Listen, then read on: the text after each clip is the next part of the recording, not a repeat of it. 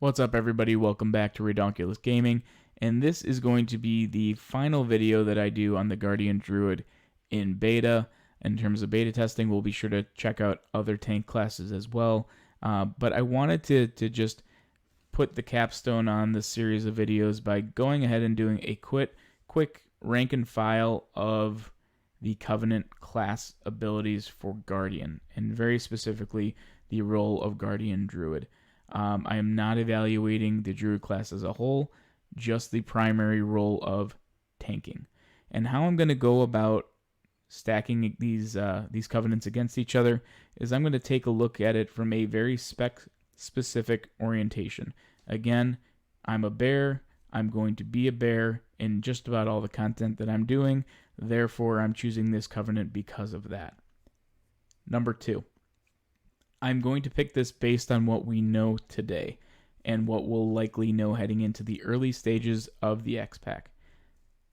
This will likely change over the 24 to 30 month period that we have Shadowllands in place, as new content drops, as new .0 iterations of the X-Pack drop.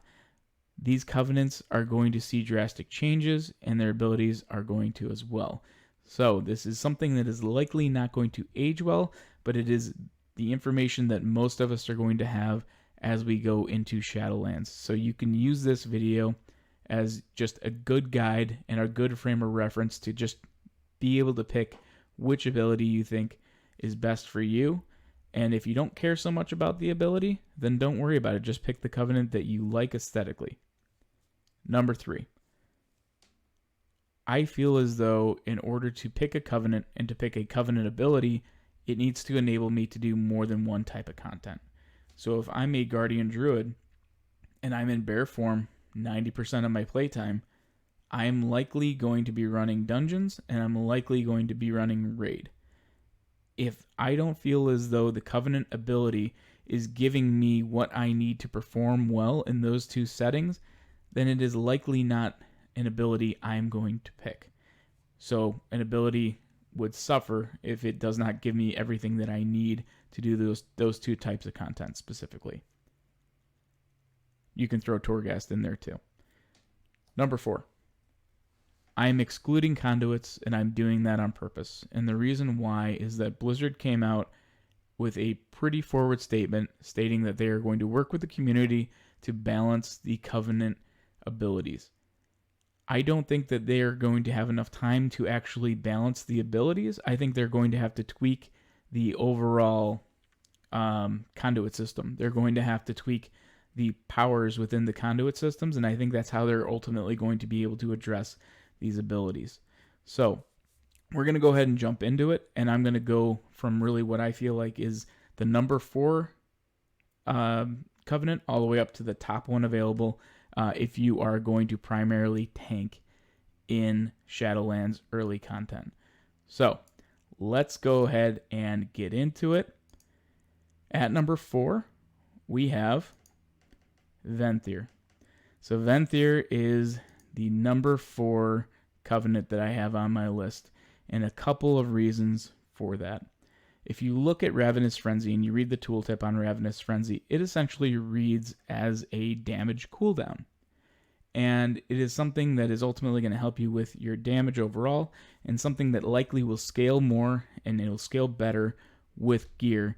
But early on in the X-Pack, we just don't have gear. It's something that we're all going to have to work for. It's something that we can't necessarily take, for granted.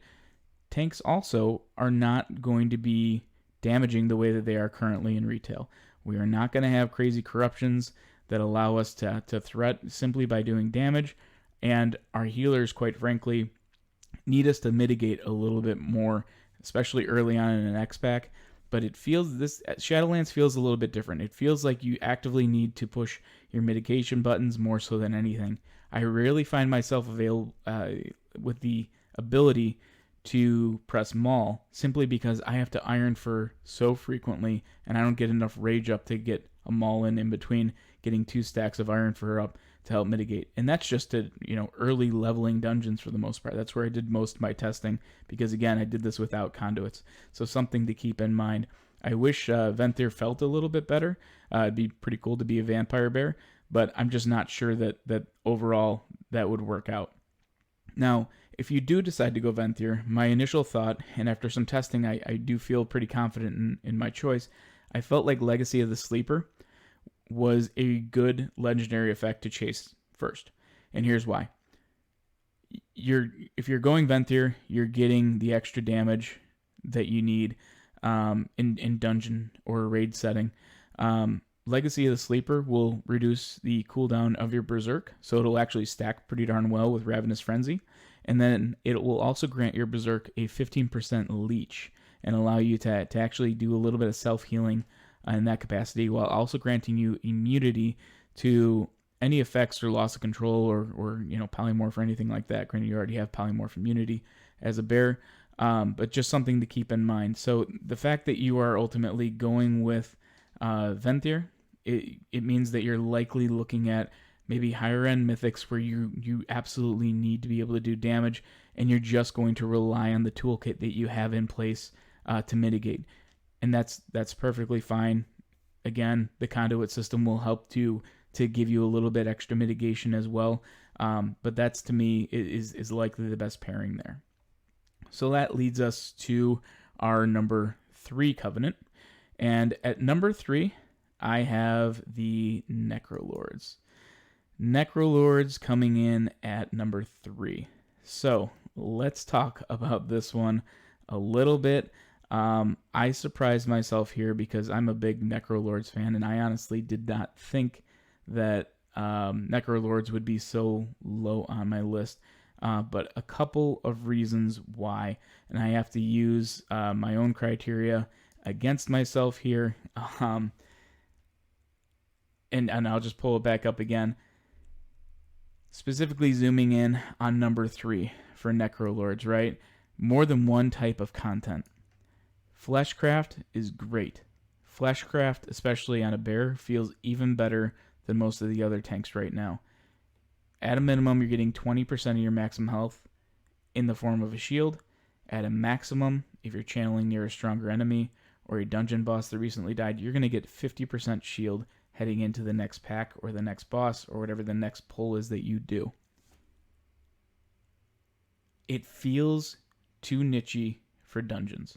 I do not see an opportunity where you're going to walk into a boss and raid with a 50% shield, and even if you do, it's gone, and you're not going to be able to channel it again until you have the next group down or the cooldown has expired. So you could be a couple of groups down the way. So I feel like it's more of a dungeon ability. Now, all that being said, it is not your class ability. It is your covenant ability. So your covenant class ability is Adaptive Swarm. This one is interesting. I had thought that it was going to do quite a bit more damage than it actually did. But if you're not familiar with Adaptive Swarm, it's essentially a 36-second hot and dot. It just kind of depends on where you start it. So if you cast it initially on an enemy, it'll do a 12-second dot, and then it'll flip over to an ally and do a 12-second hot, and then it'll flip back to an enemy and do a 12-second dot again. So, in other words, you need to have your trash pack or your boss up for at least 36 seconds to be able to get the entirety of the cast of Adaptive Swarm and to be able to get the maximum usage out of Adaptive Swarm. There's not always a guarantee, especially in dungeons, that you're going to have that, but it's on a 25-second cooldown, so it becomes something that is a bit more rotational. Now, strictly because of Adaptive Swarm, I felt like Circle of Life and Death would be a great first legendary to chase down if you do decide to go Necrolords. And here's my reasoning for it. Your Thrash Dot, your Moonfire, and really any kind of dot that you do, and Adaptive Swarm, obviously, the amount of uptime is actually decreased by 25% when it's a dot. And so your 12-second Adaptive Swarm becomes a 9-second Adaptive Swarm dot, but it does that same amount of damage over 9 seconds that it would have over 12 seconds. So it shortens it a lot. It also increases the throughput of your Moonfire and your Thrash dot as well. So keep that in mind. You'll actually be able to see those dots ticking more and more. It'll increase your damage. So it's something that's really nice to pair with that. Your HOTS are then reduced by 15%. So Adaptive Swarm is normally 12 seconds on an ally. It's then reduced down to 10.2 seconds on an ally, healing for the same amount. So you do get a little bit of a utility with it. It just is not the type of utility that you would generally have if you were able to kind of pick where the casts were going. You have to rely on AI, and you have to really kind of hope that it is a smart heal and not a dumb heal overall. So when I look at that, I see its place in dungeons. Where I don't see its place currently is in raid. And I'm hoping this ability and that this covenant scales better with gear, because I felt like Necrolords were going to perform a lot better than they do. But I just don't see, the shield being all that meaningful in a raid setting. And I was rather unimpressed with the Adaptive Swarm, just baseline damage that it was doing. I was doing nearly the same amount of damage I was in the Venthyr Covenant, and those two actually performed the worst in the dungeon setting of the 4 classes that I tried out. So something to keep in mind when it comes to just if you're going to be a Necrolord, just keep in mind that you're going to have to heavily rely on the conduit system to kind of save you and get more throughput from Adaptive Swarm. So for these last two were really tough for me, in all honesty. And I want to make sure that I explain myself to the best of my ability here, because I can't believe I came out with the number 2 pick and the number 1 pick the way that I did. But here goes. At number 2, I have Night Fae. And that's going to set some people off a little bit. And I fully recognize that, because thematically, Night Fae is it is the Druid Covenant, right? Like, it makes sense. If you're going to be a Druid, Night Fae feels like that's where you belong. But again, I'm going to pull the rules out on you guys here a little bit. Let's point to the spec specific. Rule number 1. As a Guardian Druid, that is all I'm reviewing and ranking these off of. As a Guardian Druid, Night Fae to me did not give me what I thought it would. Now, what it did provide me is more damage than Necrolords, Venthyr, and Kyrian. So that was pretty surprising overall, is that your throughput, despite the fact that Convoke the Spirits, where you cast 12 Druid spells over 4 seconds, despite the fact that's on a 3-minute cooldown, you're actually doing so much damage within that window that my overall dungeon runs, I was finishing anywhere between 1.2k and 1.5k average DPS. When I compare that to Venthyr, Necrolords, and Kyrian, they were all between 850 and 1.1k damage. So Night Fae right now, despite the fact it was recently nerfed, is actually outpacing the other 3 covenants from an overall damage output. Where Night Fae starts to lose me a little bit is when I cast my heals.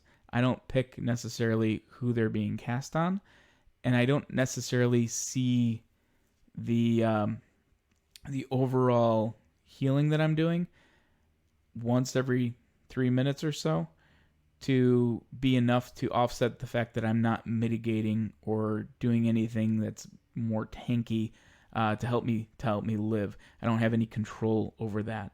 But what I did feel is that the Night Fae ability, given that it casts spells that are primarily based on your class, I felt like it paired very well with the Luffa Infused Embraced legendary effect. If you don't know what that is, and I'm probably saying it wrong, which is why I changed the tooltip to a loofah here in the background of the video, it makes it so that Thrash hits 20% harder. it makes it so that it has a 30% increased radius, so you can thrash and hit more things that are farther away, and you can get 4 stacks of thrash up instead of 3.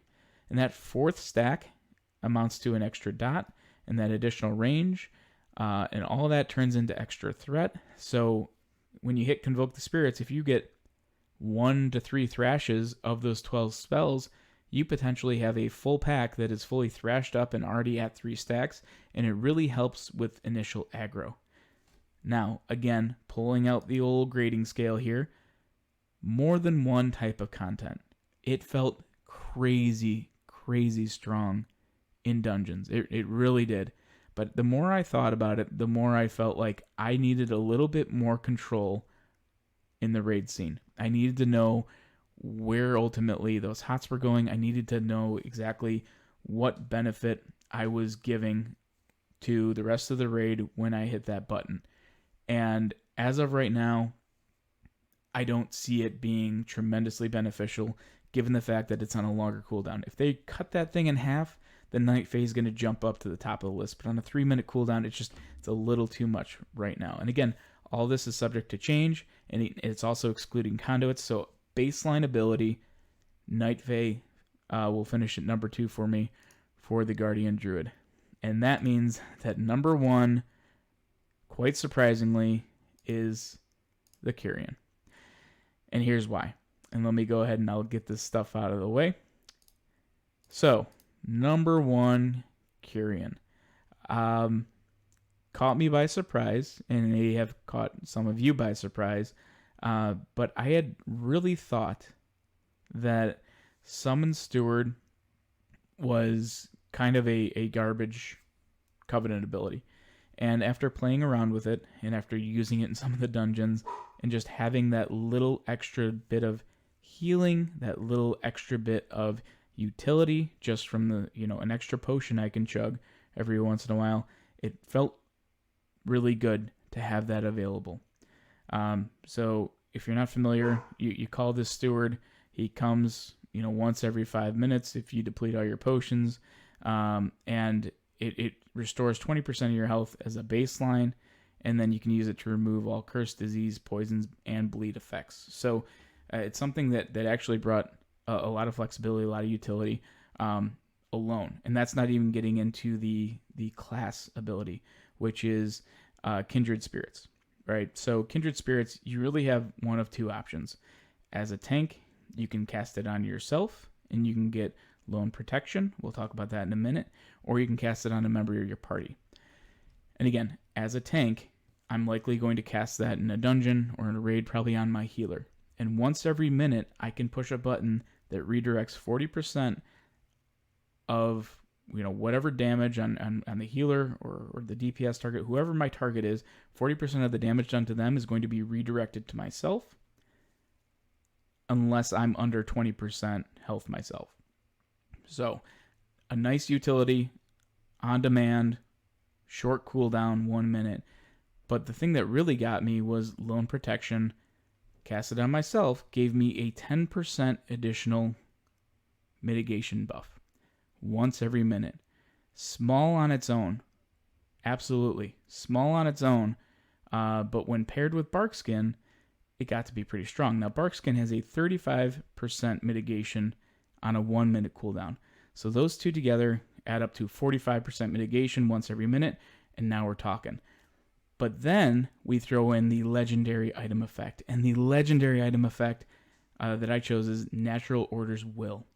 And what this does is it increases Barkskin damage reduction from all sources by 15%, bringing that thing up to 50%. And at the end of it, when it expires, you gain Iron Fur and Frenzied Regen. You pair this and you stack this on top of Lone Protection, and you're talking about 60% mitigation for 10 seconds from all sources of damage. Absolutely huge, astronomical, and certainly something that was very, very appealing to me from a Guardian Bear perspective. So that's it in a nutshell. Let me know your thoughts. Let me know if you agree, disagree. But from the viewpoint of a tank, I felt like this is probably where I would go if I were to go with Guardian Druid at Shadowlands launch.